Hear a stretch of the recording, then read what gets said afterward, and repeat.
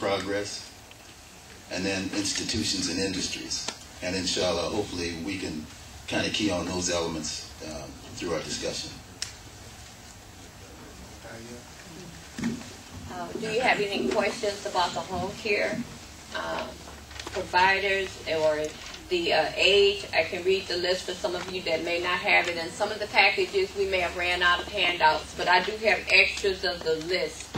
And if you're age 60 or older, are a U.S. citizen or legal alien, are a resident of Illinois.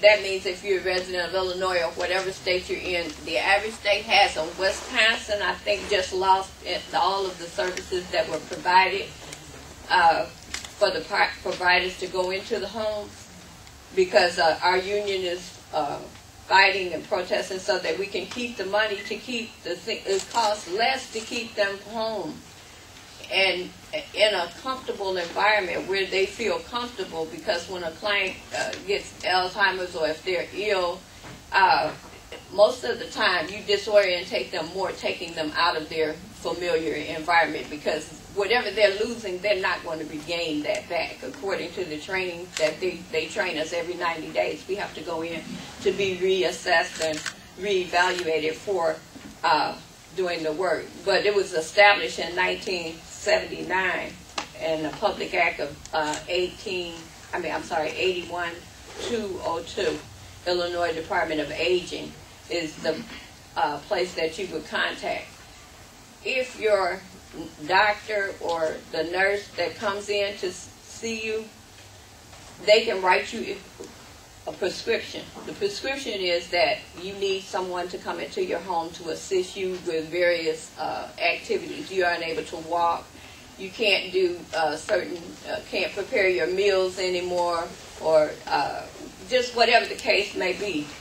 But the doctor, I'm a prescription. If they write a prescription for me, then they'll say, well, this person may get 4 hours a day for 3 days or 5 days a week. And you go into that home and privately serve that person. Or if you're 55, like I said, that's considered to be a DOORS program. You're not retired, but you may be disabled. And this, I think the most they might have to pay out of pocket might be $10. Or $30 based on their income. But if anyone has any questions, then feel free to ask any questions. Otherwise, I do have additional lists, and I have the list of what it takes to qualify. And there's an 800 number for self-help on the front. Yes, sir. Is there still through the Department of Aging, the money follows the person? Are you familiar with that program? I know they got one in Indiana. I think it's more viable than Illinois.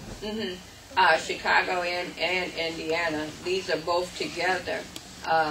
It says on here, Union Home Care Agency, Illinois and Indiana at the top of here. And it's a 3-page list of all the different services that you, as a provider, you choose your own provider. The reason I brought it up is that there's a business component to that. If you have a house, you can actually tie into that program and rent it out by rooms, because they're trying to transfer patients from the nursing home because of the cost. Because it's less expensive to do them in a group home. Yes. You can get paid for group homes if you have a group home service. The main thing, before you consider a group home, which is similar to a nursing home, except it's more of a home where they can move about, and if they're able to take care of themselves to a certain degree. This program helps them live in their own home and stay in their own environment. And if they get sick, I had to say, for instance, if you have a client and they have a high fever that day, well, I have a number I can call, and they'll come over, and the nurse will come in, check their temperature, or the doctor. And if they feel necessary, they will let them know they have to go into the hospital. They would take them in. Now, when they're in the hospital, they will either assign me to someone else, or you don't go into the home when the client is not home. And in the agencies that I work through, we're fingerprinted. You don't have to worry about the people that are coming into your home because they fingerprint them. They do background checks. So you might want to make sure that when you need this service for a family member that you ask these questions, because sometimes there are people that sit in these training meetings that I attend, and I wouldn't allow them to come into my home if it were me, just from the behavior that I see. So when you're speaking to someone in regards to your loved ones, you want to interview those people. You can interview them, and you can change your worker at any time. If you feel uncomfortable with that person for whatever reason, just call the agency and speak to your supervisor, because they will send you a letter out saying, I am introducing themselves and letting you know. And periodically they may stop by to check and see how things are going for you. Yeah, that is a good program, because a lot of the insurance companies are jumping in and getting on board with it. So making it actually they see where they can make a little money, and because they're in business to make money, but at the same time they see where a service is needed and necessary, and so they are weighing in on it now. So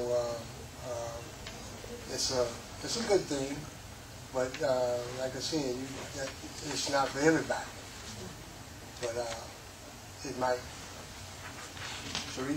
Yeah, the reason why I say that is that especially the believers that are in Indiana, where property values are lower, and there's a tremendous amount of vacant property. It's a business that the Masters should look at, is possibly acquiring some of these properties and setting up a situation where they can provide these group homes, and it's a nice cash stream for the... You want to stand up? Stand up and make the rest of your statement. Go ahead. The business side of it is that if you could find an abandoned or a foreclosed home, that you get it at the right price, get it equipped, find out where what the standards are in terms of handicare or what do they call it? Accessible, wheelchair accessible. You might have to widen some doors, but if you get a series of these houses, and the pay for each patient is very, very handsome.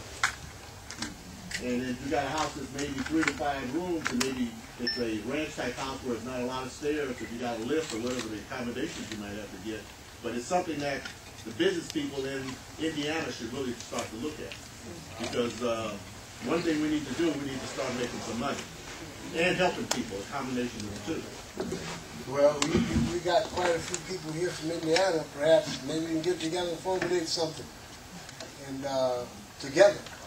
And since the door of opportunity is there, that's what our religion tells us, to get your share.